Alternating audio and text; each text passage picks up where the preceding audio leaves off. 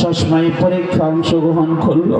হঠাৎ করে শুনলাম আবার আবু বকর বড় অসুস্থ, জিয়া মেডিকেল হসপিটালে ভর্তি। হাফেজ সাহেব দৌড়ে আসছে, হুজুর আবু বকরের অবস্থা ভালো না, বারবার আমাকে দেখার ইচ্ছা পোষণ করেছে। হুজুর যদি অনুমতি দিতেন গো, আমি কিছু ছাত্র নিয়ে আবু বকরের কাছে চলে যাইতাম। অনুমতি দিলাম। হাফেজ সাহেব ছাত্র নিয়ে দৌড়ায় হসপিটালে চলে আসছি। কল করে বলে, হুজুর আবু বকর আমাদের আশা আগ মুহূর্ত পর্যন্ত কথোপকথন করতেছি। আমি আসছি, আবু বকর কথা বলতে পারে না, শুধু চোখের পানি ছাড়িয়ে কান্না করে, শুধু গাল বেয়ে চোখের পানিগুলো পড়ছে, আমার দিকে তাকায় আছে। হুজুর মনে হয় আবু বকর বাঁচবে না। হুজুর কিছুক্ষণের মধ্যে আমরা রওনা করব। কিছু টাইম যাইতে না যাইতেই আবার কল করে কান্না জড়িত কণ্ঠে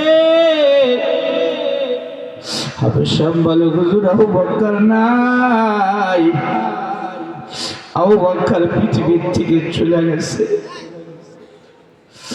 হুজুর তবে মৃত্যুর আগ মুহূর্তে কয়েকটি ওসিয়তের কথা মার কাছে বলে গেছে।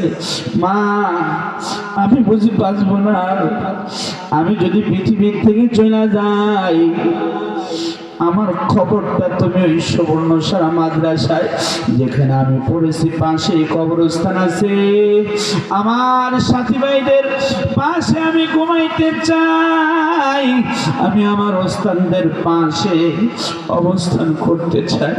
মা বলে, বেটারে তোর বাবাও তো কবরে চলে গেছে, বাবার কবরের পাশে দাফন করব।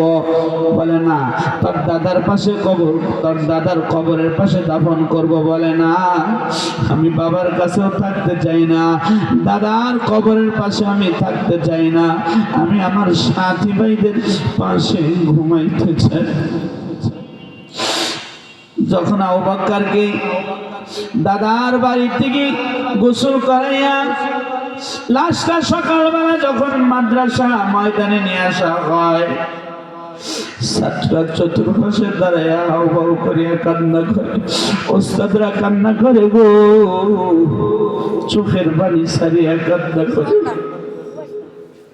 সাথী ভাইরা চোখের পানি ছাড়িয়া কান্না করে। লাশকে সামনে রেখে এলাকাবাসী সহ জানাজার কাতারে দাঁড়ায় গেছে। আমি দুই চারটা কথা যখন আবু বকর সম্পর্কে বললাম, ছাত্ররা কান্না করে, ওস্তাদরা কান্না করে, এলাকাবাসী কান্না করে।